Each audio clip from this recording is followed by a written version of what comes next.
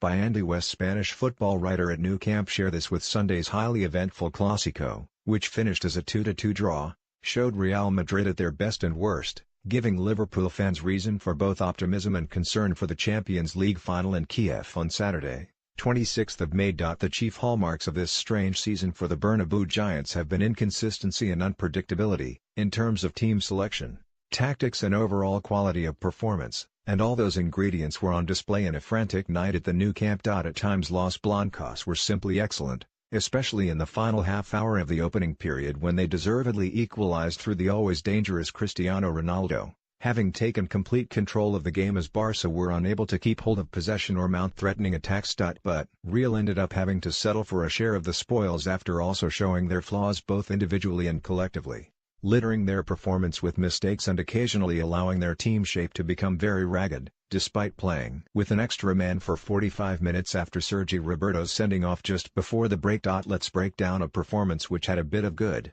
bad and ugly, perfectly showing both the strengths and weaknesses of Zinedine Zidane's team and allowing Liverpool fans to believe that although their upcoming opponents are capable of being very good indeed, they are certainly not unbeatable. Zidane was missing his first-choice right-back Dani Carvajal, but that gave him an opportunity to welcome back the versatile and underrated Nacho after injury. Nacho's importance is often overlooked. He can play anywhere across the backline and Zidane would have no hesitation in starting him against Liverpool if any of the first-choice back four are injured. However, on this occasion Nacho looked understandably rusty in his first start for more than a month, and he was replaced for the final stages by Lucas Vázquez, usually a winger, after getting a yellow card and becoming a dismissal risk. Carvajal, who has a hamstring injury, would significantly improve the team if he returns for the Liverpool meeting. Most of the night, and especially during the first half, Real were solid defensively. Led by outstanding captain Sergio Ramos, they pressed with intensity and conviction, closing down the space available to Barcelona with the considerable assistance of defensive midfielder Casemiro. But there were also some serious lapses, starting with the opening goal which was constructed far too easily by the home team,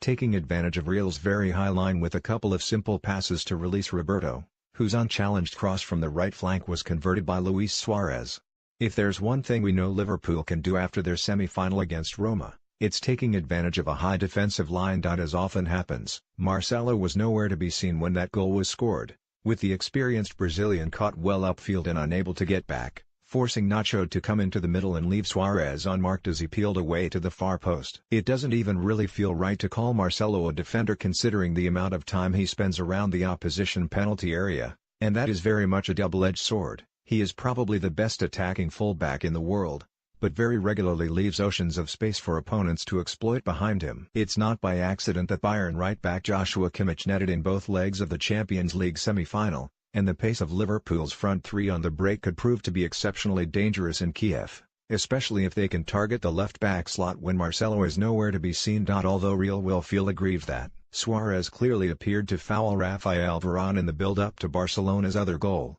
brilliantly netted by Lionel Messi, you have to wonder why a team playing against 10 men left themselves so badly exposed after Varane had lost out, and the same applied a little later when Suarez released Messi for a one-on-one chance which goalkeeper Keylor Navas did well to keep out. There was also another outing for Ramos' famous lapses in discipline, with the volatile Spain international needlessly getting himself booked after provoking a tussle with Suarez. Ramos was subsequently lucky to escape a second yellow as he fouled Ivan Rakitic, meaning that he could very easily have earned himself a completely unnecessary sending-off, not for the first time in his career. Ramos is always liable to get himself into trouble with officials, and the skill and trickery of Mohamed Salah and Sadio Mane could force him to walk a disciplinary tightrope once again. And more generally, this Clasico showed something that has been apparent all season: Real Madrid always give you a chance. With the form they've shown in recent months, Salah, Mane and Roberto Firmino should be able to create clear goal-scoring chances against this defense. The established trio of enforcer Casemiro behind ball players Luka Modric and Toni Kroos was selected by Zidane for this game,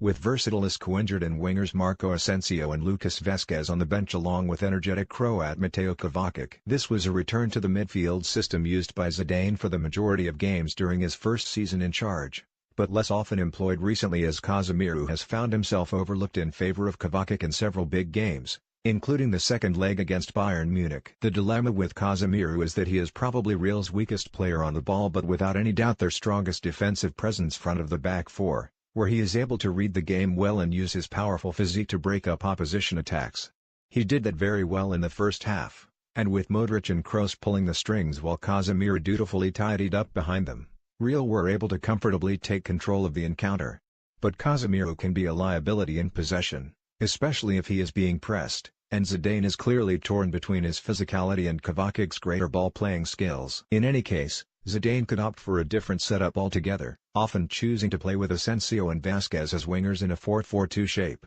which tends to provide more protection for Marcelo's rampaging runs and would spread the pitch to make it more difficult for Liverpool's midfield to employ their preferred pressing tactics. Considering all the options available to Zidane and his willingness to make full use of them, one of Liverpool boss Jurgen Klopp's biggest difficulties in preparing for the final will be trying to anticipate which system Zidane will employ. Sunday's Clasico was a rare outing, perhaps even the last, for the BBC forward line, which has been seen with increasing infrequency since Gareth Bale dropped down the pecking order to spark speculation that he will leave Madrid in the summer. This game was a return to that formation but with a tweak, as Karim Benzema operated from a starting position on the left of the front three to allow Ronaldo to maintain his new role through the middle, although there was plenty of fluidity so their positions were largely interchangeable. In the first half Benzema and Ronaldo worked very well together, with the Frenchman regularly dropping deep into midfield to link play with Modric and Kroos, while Ronaldo set his sights firmly and fiercely on the Barcelona goal. Their combination presents a major challenge to Liverpool centre-backs Virgil van Dijk and Dejan Lovren,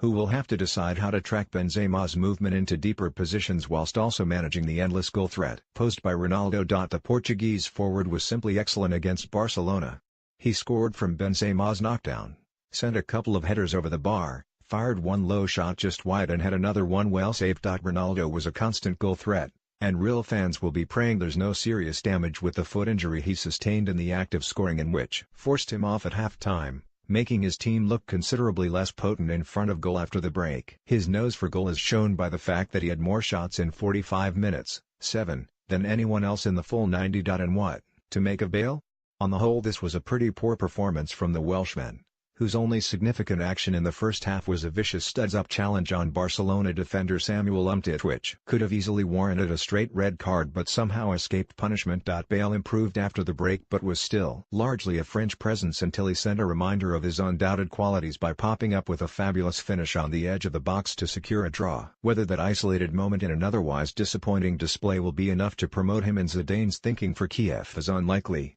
especially when Isco returns to fitness.